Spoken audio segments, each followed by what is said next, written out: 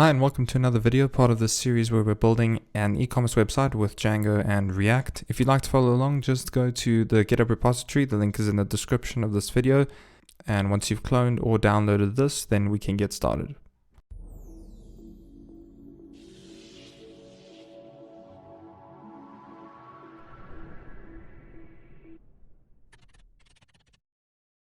Hey everyone, so before getting into this, we just wanted to give you a heads up that our website, justdjango.com, has gotten a serious upgrade. And so if you're interested in becoming a better Django developer, then head over there. The link is in the description below, and otherwise, enjoy this one. Alright, so this is our project. We have a list of products. We can then log in, and we can then add these products to our cart. Right now we have nothing. So if we come and add to cart, then they will show up here, and we can go through the checkout process of going to the checkout, putting in our credit card information, and actually buying these items using Stripe. In this one, we're just going to add some more logic to our checkout process. So if we add to cart and then just head on over there, we're going to add some more logic to remove items from the cart, to display the discount code, and just fix whatever errors we can find along the way. So we're going to come back here into the code, and actually, before we do that, let's just open up the admin. All right, and if we go here to the orders, I'm just going to delete this order that we just created now by adding to the cart. So if I refresh this, then we're getting an error here. If we come back, then we see a function object has no attribute all, and this is most likely because if we come into core API and go to our serializers, this is where that is, and this serializer is serializing the object detail view. So if we go into the views, here's our order detail view. And when we're trying to get an object, first we're trying to actually get it and just passing in the user and ordered equals false. And if the object doesn't exist, then we're returning a response. So either way, we're still passing whatever's called here into the get object response, which is then being serialized over here. So we're trying to serialize a response, which obviously does not work. What we need to do instead is actually raise an HTTP 404 error instead of returning an actual response. So we're just going to come up here to the top, and we'll just come here and say from django.http import HTTP 404. So we can bring this, and then we can just come down here. So if the object doesn't exist, then we're just going to say raise HTTP 404, and we can just put this in there. Cool, then we can just comment this out, come back here, refresh this. Now we see a message that failed with a status code 404. That's just because it's not found. So we can add some extra logic to handle that. If we just come here into source and go to the order summary, then let's just close this. So here in our class, we're calling this handle fetch order. And in the case of an error, we're just setting the state error to be the error that we're receiving. So what we can do is we can check if the error.response.status equals to, so we can just put some logic here, equals to 404. We can actually just console log the error on response just to see what comes there. Then we can come back here and we'll just inspect the page and refresh this. Okay, so here we see the data coming through, and we just get detail not found. So also with the status of 404, that means that we can come back here, and instead of setting the state error to be this error, we can just call this .setState, and we'll say error, you currently do not have an order, and we'll set loading to be false as well. Then we'll just say else, we will set all of this. Cool, so if we come back, there was an error, you currently do not have an order. This is just to make it look a little bit cleaner, but we can work on either redirecting the user or displaying some other nicer looking message, but this is fine for now. So we're going to come back here, let's remove this, and we're going to add some logic into our checkout process. And this is basically these two steps here. So adding the order items in the payment view as a summary. So basically, let's just go back here to products, add to cart, and then go checkout. and click checkout. Then here we loaded the form from Stripe, but we want to at least display those order items again because you're not even seeing the total of your order. So we're just going to add a kind of list view of those items, and then we can also add the discount code form there as well. So we're going to just come up here into the order summary, and right here above the card element, we're going to want to display the kind of order summary again. So we'll just come above the checkout form and we can create a class, and we'll just call this the order summary, or we could say order preview, and just say it extends component, call the render method and return, and we'll just make it a div for now. And we can actually open up the semantic UI, and here we're open up on a list, so we can actually look for the item component. Okay, so this is what we're going to use. So we can look for just one like this, the relaxed one. So I'll just open this up and we'll just copy the item group. Then we can come back here and just return this there. Then we will import the item. Okay, then the order preview we can just bring in here above the card element. So I'll do it here. So we'll just open up order preview, come back here. Okay, so we're going to want to loop through that order summary then, and at the end of all of this we'll then put the order total as well. So we can come back here and let's import the divider.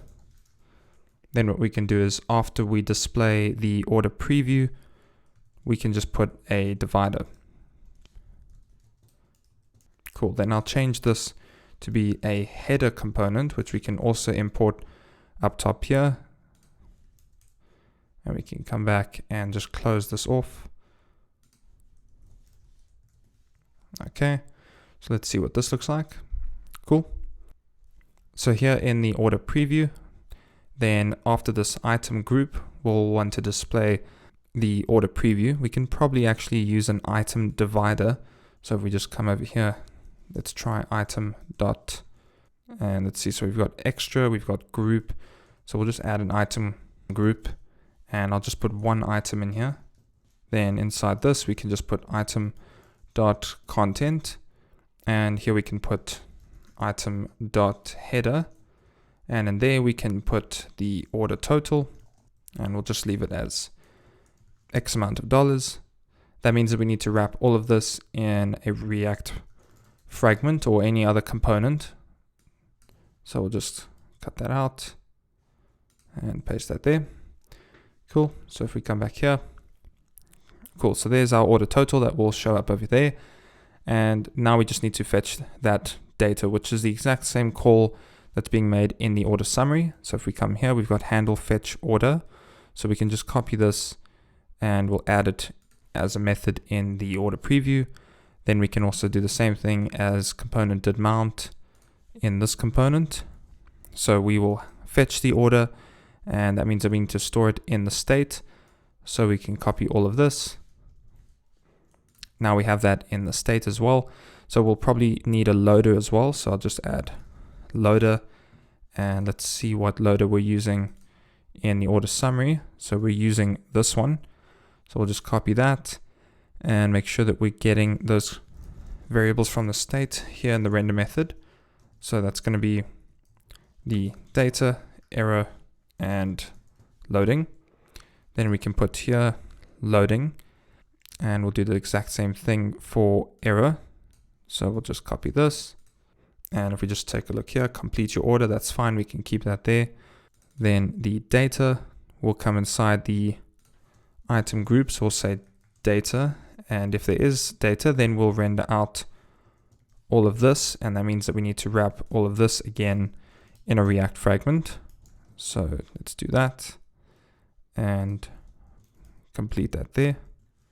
Okay, so if there's data, we'll render this out, and then inside the item group we'll only need one example item, so we can delete all of those, and we can just close this up here.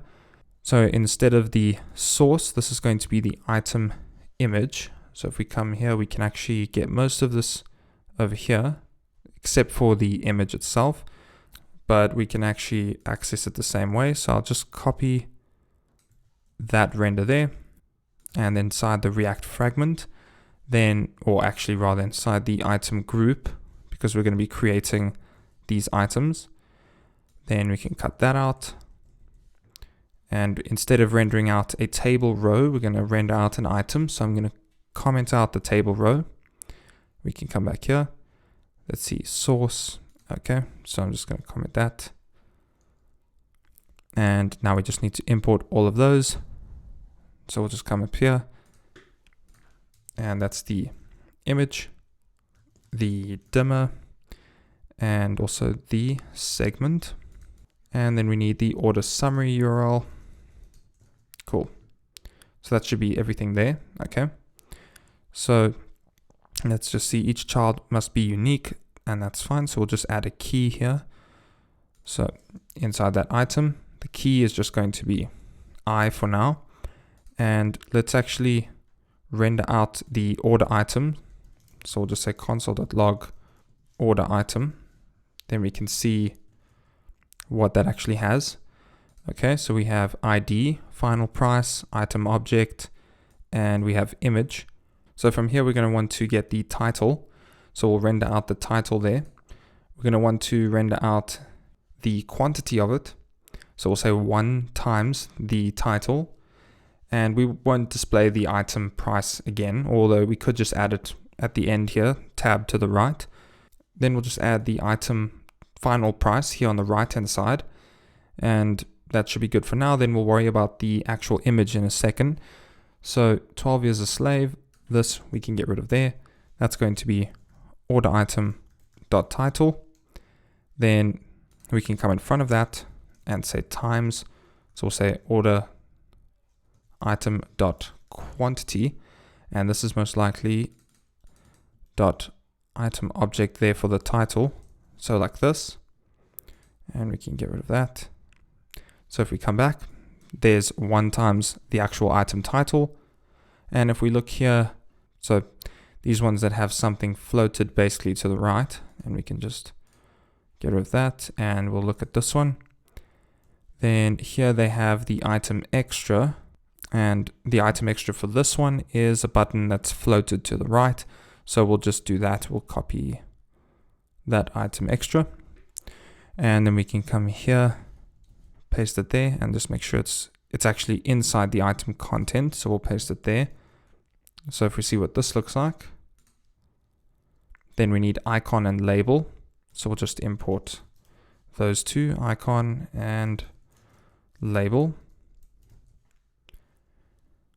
Okay, so there's that one there, and we can just come back, and instead of saying the limited, I'll get rid of the label actually, and I'll actually get rid of the button, and we'll just keep the label, and here we'll output the order item price. So we'll put the $sign there, and then we can say order item dot, and let's see, this is actually final price.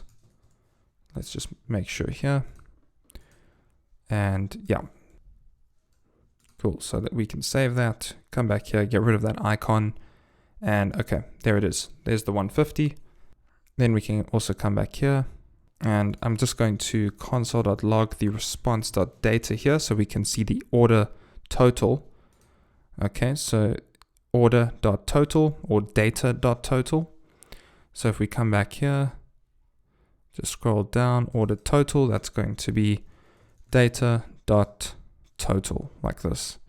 So we come back here, there's our order total, and if we take a look back at the products, we can actually just open up the product list. Then here we have the data, we're looping through the data here, and we have the item image, and it just says source is item.image. If we take a look and just inspect this, we can see it's coming from port 8000, which is our backend. So if we add here source equals to order item dot item object dot image, then we'll see that this shows up because it's not the correct URL, because if we inspect it, we can see it's just /media/shirt. And so we can just come here and edit this. So we'll just add HTTP, and this is 127.0.0.1 port 8000. And if we add it there, then we've got it. So what I'm going to do is just copy this out, and we can then add here the source to be outputted dynamically. So we'll just add these strings like this. We can just add that in front of it, and then we will just put the actual item image over there. So if we refresh this, well, or it already is, let's refresh it again, then there it is. So now that's working, and we're getting a little bit of an order summary here right before we pay, which is really cool. So now we're just going to add a little form that you can enter a discount code into, and we already have the backend here. If we go into views, and this is here in core, then we can actually look for the discount view. Let's see here. This is add coupon. So if we just take this and search for that in the views. Cool. So here it is. We can actually just copy that straight from there, come down after the payment view, paste this all, and we'll convert it into an API view. So this is not a view anymore, it's an API view. It's still post method, and instead of it being a coupon form, which we can look at over here, then the coupon form is here. So this is basically just the promotion code, so it's just one field. So we won't need to worry about that anymore. So we can get rid of that, and we can get rid of if form is valid or not. We can just tab that back in here. Then what we can do is we can say code equals to request.data.get code or none. We can say if code is none, then we will raise, or rather return, a response, which is an HTTP 400, and we'll just say invalid data. Otherwise, we can get rid of all of this, and we'll just cut that logic there and just paste it like this. So we have the code. Then we can use the code and say order.objects.get, where the user is this user and it's the current one, so ordered is false. Then we assign the coupon, and we just need to make sure that get coupon is imported. So let's search for that, and that's right here. So that's this method, which I'm just going to copy for now, and we'll paste it here like this. Then get coupon is over here, and let's see messages we won't need anymore, so we can get rid of that. The redirect will need to change into a response instead. So what I'm going to do is just cut out the coupon, and then here we can just say that coupon equals coupon.objects, and let's see it's imported there, so that's cool. So we're going to say, instead of using the ORM, we're just going to use the get object or 404. So we'll bring that here, and we'll say get object or 404 of the coupon, and then we can use this query and say where the code is that code. Then if this doesn't exist, we'll get a 404. Otherwise, the coupon will assign just like this. So we'll say coupon. Save the order. Then we can just get rid of the messages there, and we will return a HTTP 200 response. We can get rid of that there as well. So just like this. And there we go. Then we can bring add coupon view into the URLs, and we'll just copy and paste this there. This will be add coupon. Use the add coupon view. Cool. So now we can go into source. We can go into our constants, create another constant here. This will be the add coupon URL, and it's going to be add coupon. Then we'll bring this into the, not the product list, but the checkout. So all the way here, we will import this, and then we can come here on the checkout form. And actually, instead of doing this all in a checkout form, we can create another form. So we'll say class coupon form extends the component, add a render method and a return, and then we can say handle add coupon, which is just going to be taking in just an event. So first we'll say event.prevent default. Then we'll say this set state, and we can say loading is true. And then we'll say auth axios.post to there. We'll pass in the code as the only argument or data. Then we can say set state, and we'll say loading is false. Then we can say catch, and with the error, we'll say set state, and it's just going to be the same as what we already have here. So that's going to be error is error and loading is false, just like this. Cool. Then we're going to need a form. So we can just head over here and we'll search for a basic form. And I'm just going to take this first one. So we'll just copy this, paste this here, and then we'll bring these imports here. So let's come back here.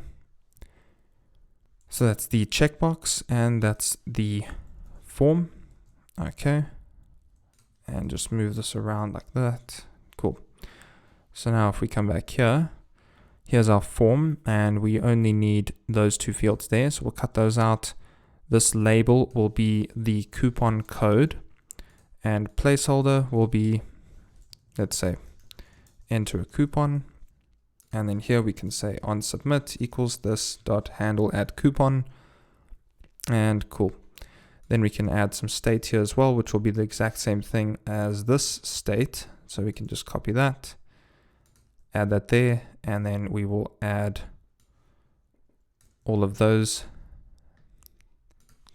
right here above the form. So we'll say React fragment, paste that there, bring the React fragment around. So if we see this so far, let's see, we just need to add those methods in the render method, or those variables rather. So just bring them here. And we don't have data in this case, so we can get rid of that from the state. Then the coupon form, we can bring this here, and we'll just do it right here under the divider. So we'll say coupon form, and then we can add another divider. Come back here. Let's see, code is not defined. That's fine. So we'll just come back up here, and we can say constant code equals to event dot target dot value. So now we have code. Cool. Then there's our coupon. And so let's see if we have any coupon codes available here. So here in coupons, we can just add a coupon. We'll say this is test, and the amount is, let's say, 30. Save. Come back here. Enter test. Hit submit. Let's see, we got 500 error. And so now we're getting request is not defined. So let's go back here to the view. And this, we could say self.request, or we could just add request as an argument. So we come back here. Let's refresh this. And we'll add test, submit. Now it's just a 400. So we can come here in the network and just view this. So it's invalid data received. So if we just come back here, we see code is not coming through. And if we check the headers, then that data is also not coming through there. And that's because this is a very silly mistake. It's not event target value. This we need to store in the state. So we'll say code is an empty string, and then we can access code from this.state, and we'll just access it like this. Then we'll have to add a handle change method, take in e, and then we can say this.setState, and we'll just say that the code is event.target.value, and then code we will access here in the render method, and we can set it as the value of this input. So value equals code, and then we can say on change equals this dot handle change. Cool. Come back here, and that's working. So if we try test, come back here, submit, and we didn't get any errors here, so that means that it was successful. So actually, if we refresh this, now we have an order total of 120. And if we look here, we aren't getting any information about whether or not we have a coupon on this order. So we're going to want to add that in the serializer, and that's on the order serializer. So if we just check the model here, the coupon is a foreign key to coupon. So here we can just add coupon, and that means that it will either be null in JavaScript or it will actually have a foreign key that it references to. So if it's null, then we won't display anything, but if it's not null, then we'll add some kind of green text here that says that you have a coupon currently added on this order. So if we refresh this already and check this out, there's coupon, which has a primary key. So instead of outputting the primary key, we can create a serializer of the coupon. So we'll just come up top here and we'll add coupon, and then we can create a class which is the coupon serializer, and this is a model serializer. Then we can say class meta, and the model is the coupon, and the fields just going to be the ID, and we can also look here for coupon. So that's here, so that's code and amount. We'll copy those. Okay, cool. So just those three fields. Then we can take the coupon serializer, come down here, we'll say define get coupon, which just takes self and object, and we'll return the coupon serializer of object.coupon. But we only want to do this if the coupon is not null. So we'll say if object.coupon is not none, then we will return this. Otherwise, we will return none. Then this get coupon is what we'll use for a serializer method. So this will be coupon. Okay, so now if we come back and refresh this, let's see, we're getting a 500 error. Coupon serializer is not JSON serializable. And right, we need to add .data at the end of that. Come back here, refresh this. And okay, so we come back here. Now we have some more information about the coupon. So we can actually render out the coupon information there. So let's just bring this down. And we'll just render out the coupon code here next to the order total. So that will be here in our order preview. If we just scroll up, here's the order total. So we'll just add here, if we have data.coupon, then we'll just render out another label component, and we can just say current coupon is coupon dot, and let's just see here, this is coupon dot code. Okay, and we could say for coupon dot amount like this. Okay, then we can add some color to it, and we'll just say green. Cool, so if we come back, let's see, okay, coupon's not defined, and that's data.coupon. Cool, come back here, and we're probably going to want to put the item header around all of that. Okay, and let's also make sure we have just a little bit of style, and we can just say margin left is, let's say, 10 pixels. Cool. So there's our coupon, and now we're rendering out the order items. We're showing the coupon that's actually part of the order, and we're able to enter a coupon code as well. The last thing we want to do here is make sure that when we enter a coupon, that it refreshes the actual state of this application. So that means we'll need to come here and call the handle fetch order, which is on the order preview, when we submit the coupon form. So that means here when we call handle add coupon, once we know that this was a successful coupon addition, that there actually was a coupon, then we can call, after set state loading is false, we could say something like this, .props, .handle refresh.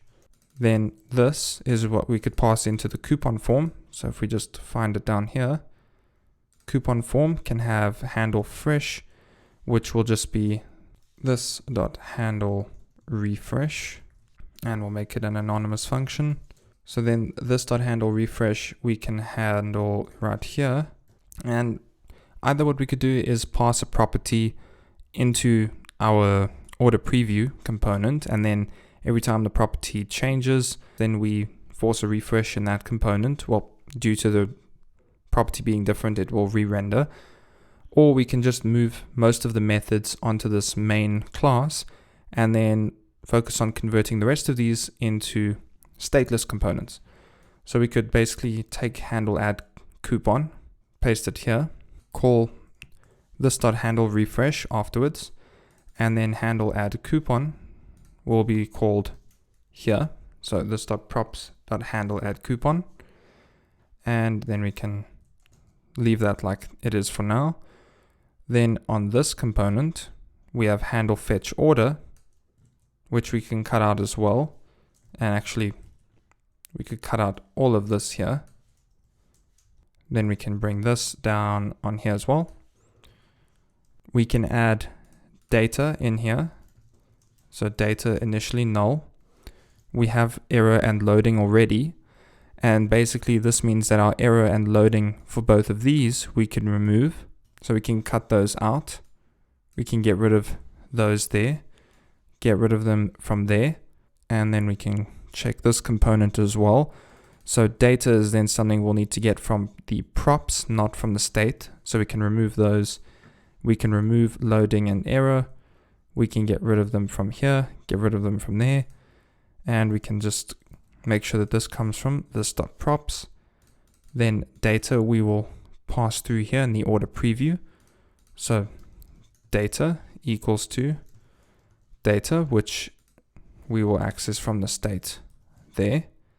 Okay, so just making sure that none of these methods clash with each other. This is to submit the payment. This is to add a coupon, which doesn't set any state.